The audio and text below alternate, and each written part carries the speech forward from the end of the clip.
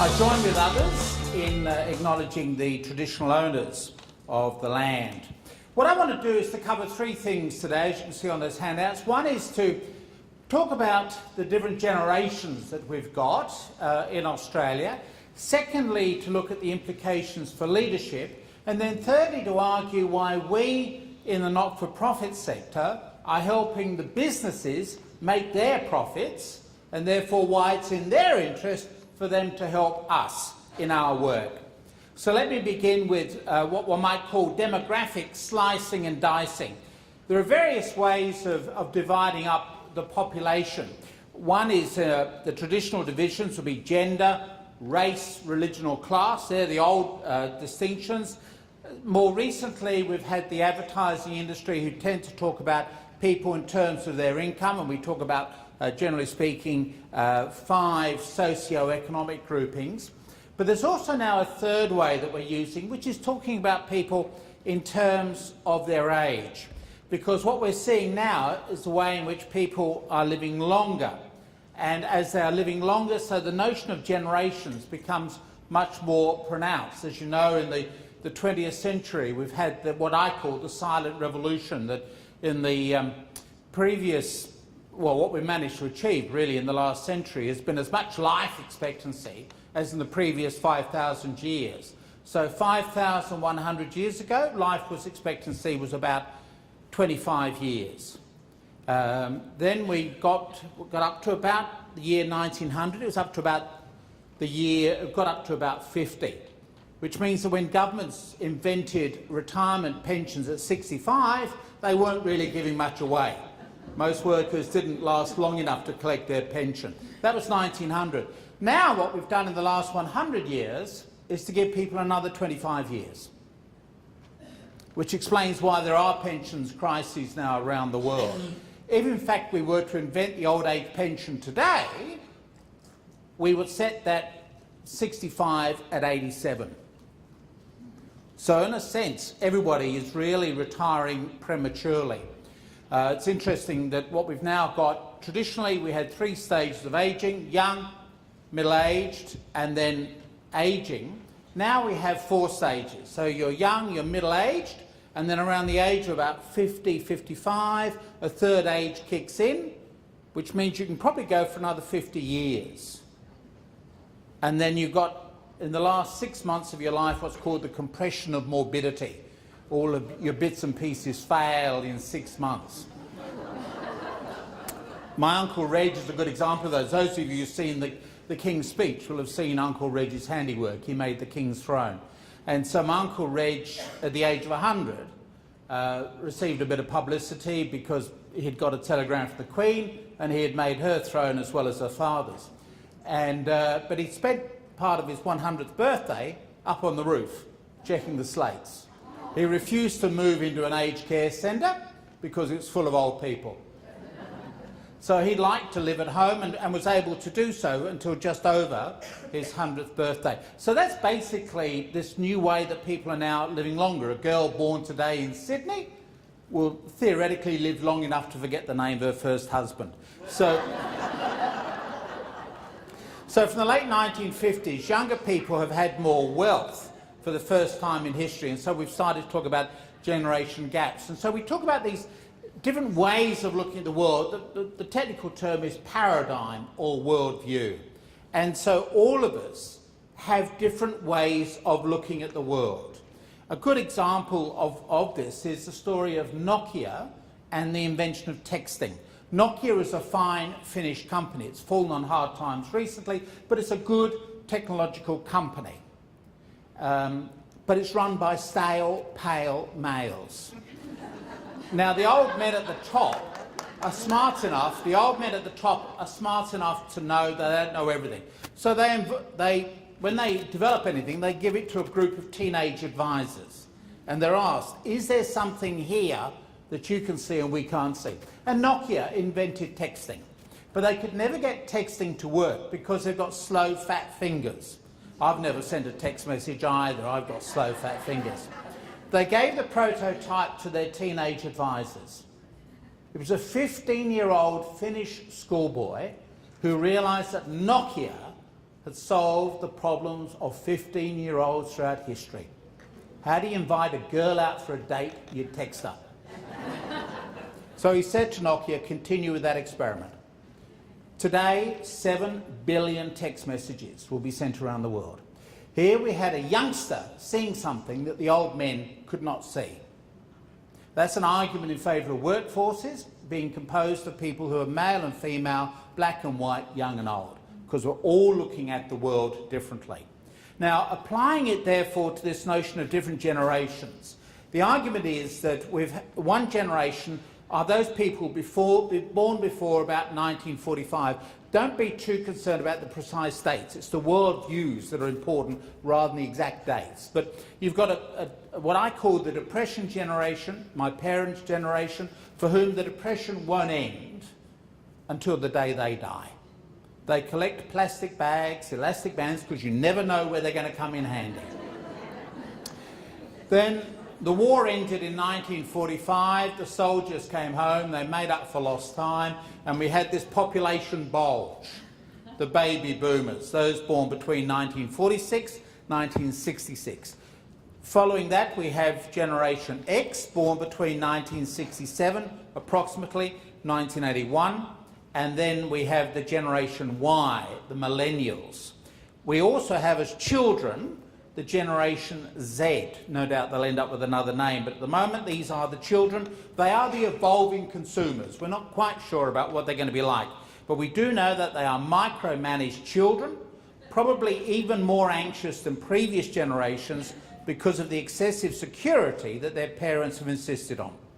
And the world is seen everywhere as unsafe. I actually think that's a great mistake. The world is actually safer now than it was when I was growing up in post-war London.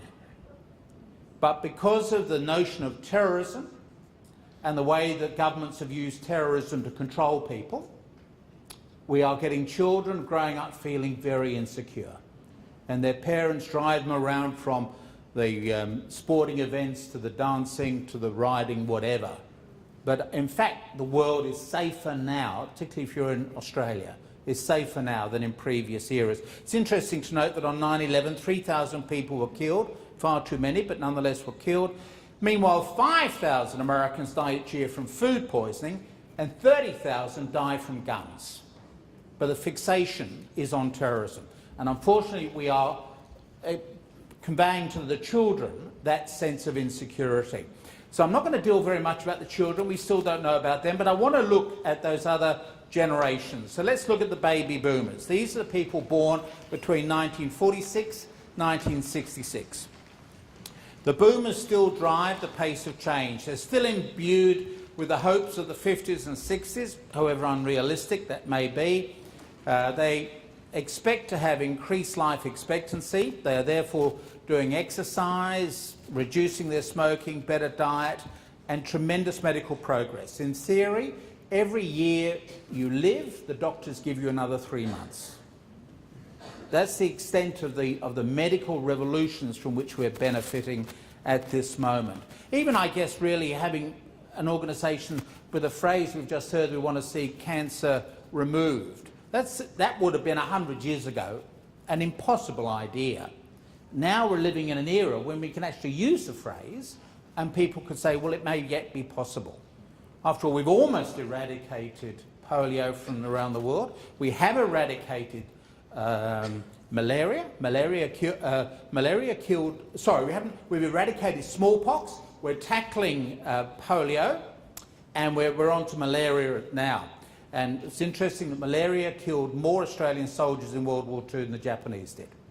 So we really are making progress. Smallpox gone, polio going, malaria will be the next one. So it's amazing the extent to which that medical progress is being made. Now, our parents, the Depression generation, are still alive. They're alert and vertical. But as they die off, they're providing the greatest transfer of intergenerational wealth in history. And the baby boomers are impatient for those bequests. My father is the only thing standing between me and a house in London. In the meantime, of course, elder care or health care will be a bigger problem than childcare ever was. Again, because of this notion of people being around for a lot longer than they would have done. What is interesting to note is the first person to live, first Australian to live to 150 is already alive and is probably a baby boomer. And they'll be around for 150 years. That's the amount of progress we're making. So they're the baby boomers. Still very optimistic about the world. We invented in the 60s sex, drugs and rock and roll. Now we've invented superannuation. We're not so concerned about sex, drugs and rock and roll, it's superannuation. So we drive that pace of change. Let's look at the Generation X, 1967 to 1981. What is interesting has been what some people have called the SPEWs, the single professional educated women.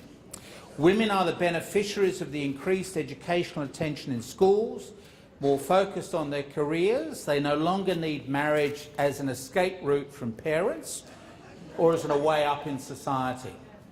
It's interesting, even my welfare clients will prefer to stay single rather than marrying a loser who will inject her pension up his arm. Remember, women have used marriage as a step up, now it's a step down, because they're marrying a loser. What is also interesting is the rise of what is called female Lad ISM, and even the catering for beer. As a Methodist, of course I don't drink, but I'm told there are now beer bottles that have been made small enough for women to be able to get their hand around comfortably. It's interesting that we've had remarks made about lifestyle. I think alcohol should be added to those lifestyle issues. 70% of inner city police work revolves around alcohol. And if you live near where I do, near King's Cross, you see that impact. So what is interesting is as I say, this rise of female Ladism. Males and females amongst Generation X are very individualistic.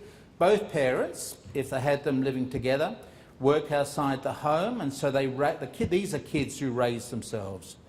They're flexible, they're able to cope with blended families and their parents' partners, and they're growing up in the wreckage of their parents' marriages.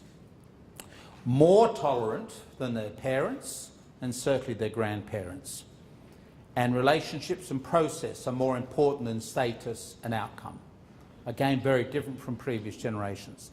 And then just finally, the Generation Y, children of the boom time, born into wealthy, often aspirational families. In other words, they're born into families who, for the first time in their history, are now rich because of this incredible economic boom that we've had in Australia.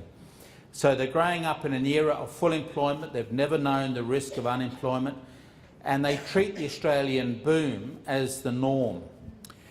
They're also trained in leadership since primary school, which explains why it's sometimes difficult to have them in the workforce. They're environmentally conscious.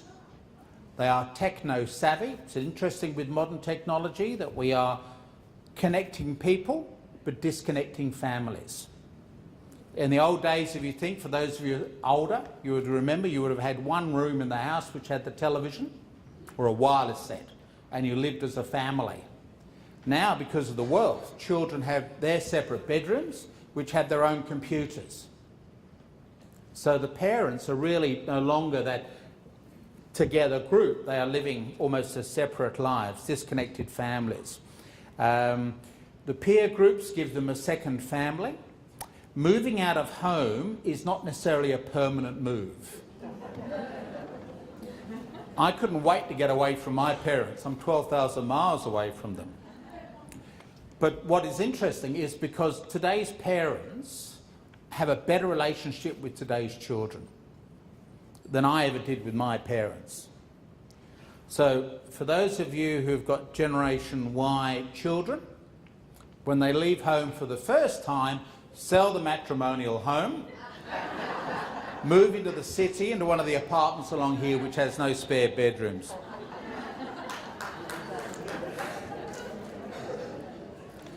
Females take the advances made by women as a given, and so nothing special, and girls expect to have brilliant careers. They cannot remember an era when a woman wanting to get a bank loan had to take their father or their husband or their brother because the manager would only speak to a male and not a female. They cannot remember that era. but that's the era which is only a few decades ago. And if you look at big business, we still don't have too many women as directors of firms. But anyway, they expect to have brilliant careers. These are people who are alienated from much of the mass media because the media is seen as dominated by the baby boomers and being anti-youth. Certainly interesting, the business model in the media is broken. It's an older person now who reads the Sydney Morning Herald. You don't see too many youngsters buying newspapers. They expect to read it for free online, but they're not going to buy it. The business model is broken for newspapers and also, I think, increasingly, even for mainstream television. They're growing up in an era of rapid change, and so there's very little opportunity for them to absorb events, let alone to make much meaning of them. They live in a world of skimming and surfing, click and flick. I was grown up to read a book and inwardly digest. The book would be on my desk or my lap and I would engage with the book. Today's younger people click and flick. They go from one screen to another through hyperlinks. So they start out to read something, but the link takes them to another website. A book has a beginning and an end. The internet has no beginning and no end. Very interesting way. In fact, I agree with what Baroness Susan Greenfield has said, that the brain is being rewired. We now know the brain is plastic. We have discovered more about the brain in the last 30 years than we did in the previous 3,000. And we know that the brain rewires itself. And so for those older people who do plenty of exercises, puzzles, crosswords, whatever, they're keeping their brain ticking over. Youngsters are also changing their brains by clicking and flicking and don't necessarily get the same sense of context. We've also got the rise now of single adult households. More people are living alone, divorced, widowed, never married, more single parents. There are fewer social pressures on people to get married or even to stay married. And 1/3 of today's young adults grew up in broken homes, and so they're much more cautious about committing to marriage. And when they do get married, it's the size of a small mortgage, $30,000. Again, very different. So overall, I think it's interesting, what are the implications for those of us concerned about volunteers? Overall loss of women about the house. We see a growth in professional household services. I think we'll see a growth of maids and butlers. Every woman needs a good wife. We probably won't call them maids and butlers, but they will be called lifestyle managers.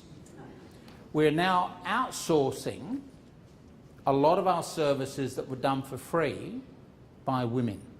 It's one of the reasons why the Australian economy has grown. We've outsourced things. I live at Potts Point, so I'm what's called a street person. Everything I do is done for me. I have somebody who does the washing, I have somebody who comes in to do the cleaning of the house. If I had a dog, we have professional dog walkers. In Japan, they have people who will ring your parents for you. These are the lifestyle managers. The implication for us who work in the charity sector is that women are often the backbone of volunteering. Men serve on the boards, but it's the women who do the work. So we may see a possible reduction in volunteers. So I was impressed to hear about the number of volunteers involved in this organisation, because I go to a lot of other organisations and they talk about a decline in the number of volunteers. Rotary, Seroptimists, etc. have all got declining numbers of members. So congratulations for the growth of this organisation. So they're the different generations. The bottom line there is simply to say, when you're talking to somebody of a different age group, they're probably looking at the world differently from you. Remember the story of Nokia and texting. We all look at the world differently. Don't think that we all use the same words and mean the same thing. Let me look now at what the implications are for leadership in this new era. I think essentially we have three waves of a leadership model. So before the 19th century, we would often talk about a general on a horse. Military academies, by the way, were the world's first business schools. Then in the late 19th century, with the rise of industrialisation throughout the 20th century, we had the manager. And it's interesting to note how military leaders basically are now managers. So you very rarely see a senior military leader wearing a gun. They are managers. They're running multi-billion-dollar enterprises. So we've seen a really interesting change. Originally General Horse, now a manager. Now I think that we see a leader as a communicator, a coordinator. Leaders are seen as envisaging, energising and enabling. Traditionally, leadership came from the top. Now it can come from a variety of people. On the handout I talk about nurse Georgia Sadler. Georgia Sadler works in the Californian health system, and her job is to go around giving talks to women on women's health issues. The problem is the people who come to hear her talks already know about the health issues. Her problem was, how do you reach the women who don't come to hear her presentation? And she hit on an idea of educating hairdressers. A woman will have a more intimate relationship with a hairdresser than with anyone else. And so Nurse Georgia Sadler has established this program for educating the hairdressers to talk about health issues. Now that's leadership. It's not come from the head of the health system, it's come from a nurse lower down in the system, but a brilliant idea. So leadership can come from a variety of levels within an organisation. Let me look at what I now call the leaderless society. Remember, we aren't interested in generals on a horse or managers. One is the issue of complexity. Henry Ford, who developed the automobile for the ordinary middle-class American, knew every part of his car. He used to say to his workers, I do the thinking, you do the work. And we used to talk about factory workers as factory hands. That's what you employed them for. Not their brains, but just their hands. Now, life is too complex for any one person to know all the important information in their business. So the head of today's Ford Corporation, if they were to lift up the bonnet of their car, wouldn't understand what's under the bonnet. Henry Ford would have done, but not today's CEO. Secondly, we've had the changed nature of work. Manual work, the factory hand type work, is replaced by machines. We have what are called the rise of symbolic analysts. A symbolic analyst is someone who handles symbols throughout the day. So they may be handling words, or perhaps they're numbers, notes of music, but they're symbols. They are not factory workers. We still make things, make more things than ever before, but with a smaller number of workers. We still grow a lot of food. We're growing more food than ever before, but with a smaller number of people actually working on the land. Instead, we are symbolic analysts. My guess is that most of us in this room are symbolic analysts of one sort or another. Symbolic analyst is someone who spends a lot of their time during the day on the telephone and cannot describe to their children what they do for a living. And pay attention to computers. Software eats the world. Many jobs around the world are being threatened by computers. It's what's called Moore's Law. Gordon Moore, one of the founders of Intel, still alive, 50 years ago, talked about the doubling power of computers. They would double in power every 18 months or 2 years and would halve in price every 18 months or 2 years. When he made the prediction, there was no big deal. Now, the power of the computer is really beginning to take an impact. For example, if you were to look at lilies growing across a pond, this is the exam question you get in France.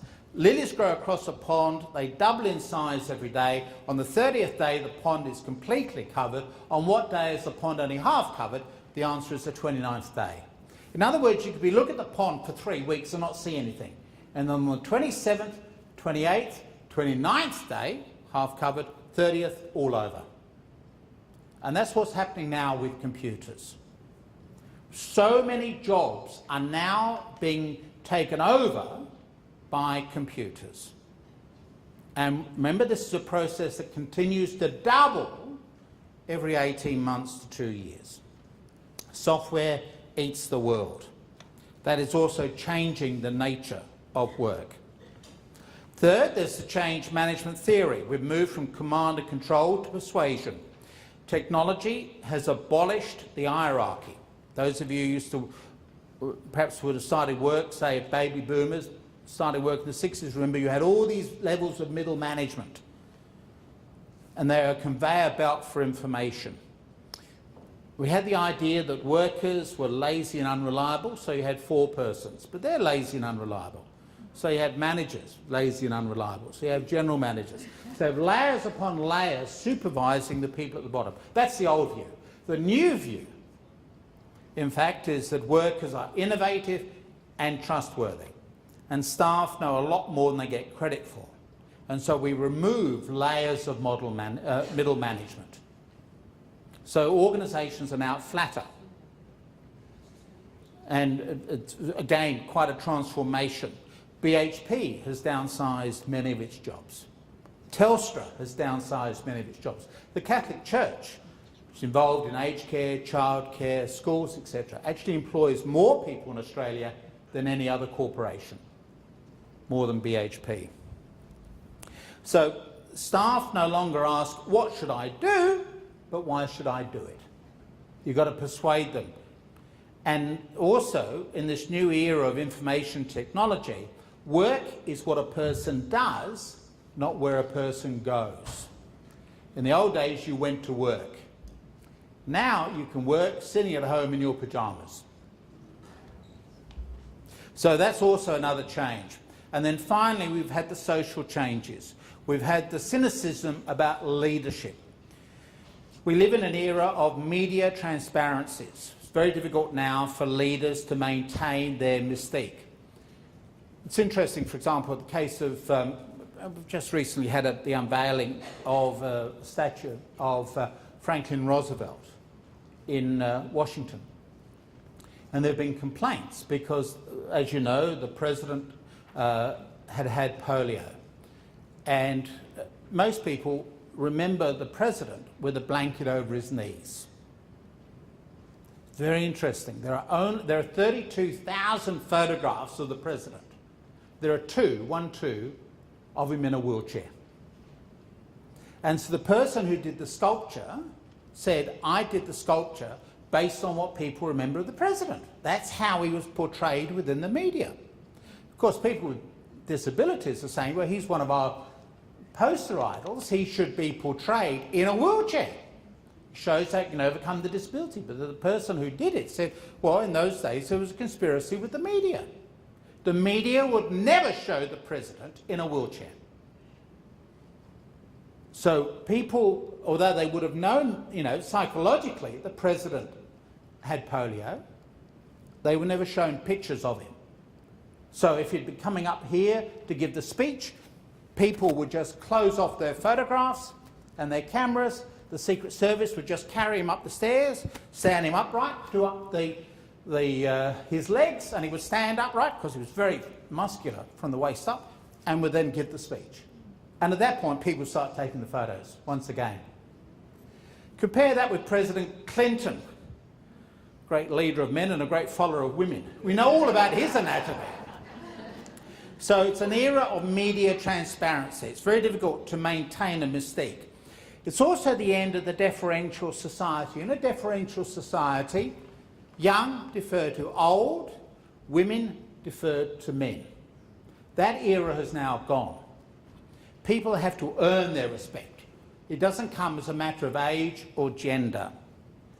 Now, young people are not lacking in manners, but they do need to be convinced their leaders know what they are doing. And so leaders have to earn their credibility. It doesn't come automatically with the office and the title. So what I'm saying then under that second category of remarks is that we're in a new leadership era. And things are therefore changing. The nature of work is changing. The organisations are now also changing. Let me just conclude with some comments about the role of the not-for-profits or charities. Essentially, how we are important for the rest of society. Charities, not-for-profits, provide an essential role for the for-profits that often isn't recognised by the for-profits or government. I was so glad to hear what the Minister had to say. I only wish that I would hear that from other ministers in recognising the importance of charities. We need to speak to businesses in their own language, and the bottom line is you get rich partly because of us. A flourishing economy cannot be built on top of a social graveyard. No successful business person is ever entirely self-made. To use the phrase of Mrs. Clinton, it takes at least a village to raise a business person. Warren Buffett, the American billionaire, recognises this. He says he was a winner in the ovarian lottery. He says that if he were born in the year that he was born, but born, say, in Latin America or Africa, he could never have become a billionaire. But he was born in the right country. Also, I might say he was born with the right colour and with the right gender. And this put him on the path to wealth. So, in fact, nobody is ever entirely self-made. And the charities, we provide the social foundation for a flourishing economy. Rich people can only get rich because they live in good economic circumstances. We provide social capital, and Jean has illustrated that in her opening remarks. We provide the social capital, the education, the health, the formation of trust between individuals in specific geographical areas in which businesses want to set up and operate. We have social capital in this country. It is lacking in a place like Somalia. That's why we are rich and the people in Somalia are not. We provide that social capital that enables the people to develop. We facilitate the smoother running of businesses. For example, a worker has fewer anxieties and so can concentrate better on their work, knowing that their folks are being looked after. We provide peace of mind so they can become better workers.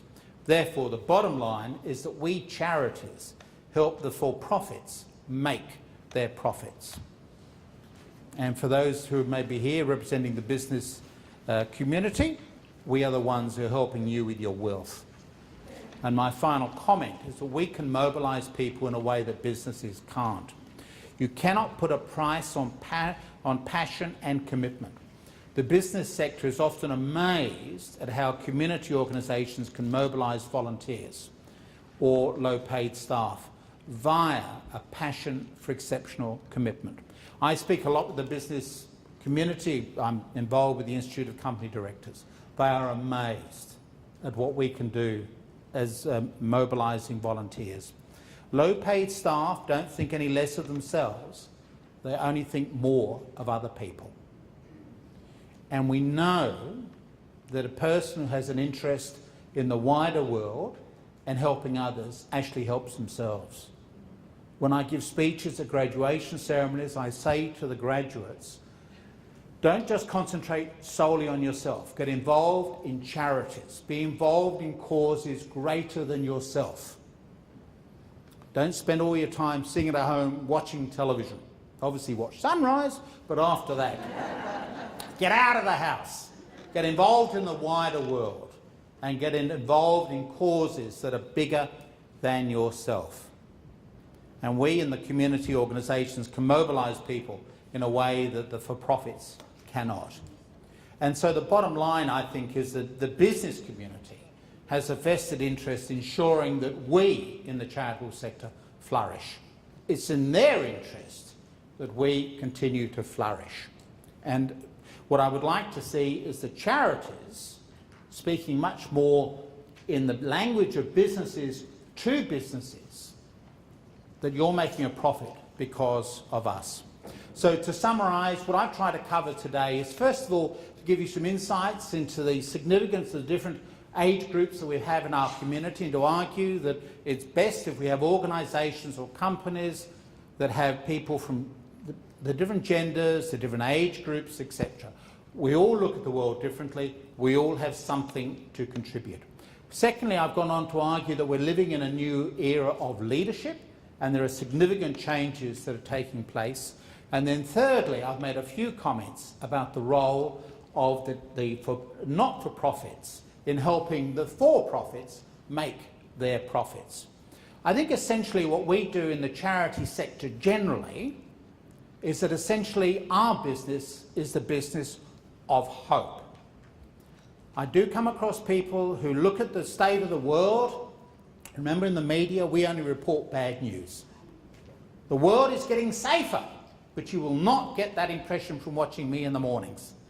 My job is to give you a war. But in fact, the world is becoming safer. Trade is knitting the world together. It's very interesting how we've actually got a reduced number of wars, reduced number of people being killed in conflict compared with, say, 100 years ago. So the world is getting safer. It's actually what's called the McDonald's Golden Arches theory of world peace. No two countries that sold McDonald's have gone to war against each other. Trade knits the world together. So the world is becoming safer and we're making significant progress. But I do come across people who just say, I'm just confronted really with a hopeless end. I say, get involved in a charity. And instead of talking about a hopeless end, we can talk about endless hope. And hope is just so important. We are the purveyors of hope to the rest of the community. For if we have no hope for the future, we will have no energy for the present. Thank you very much.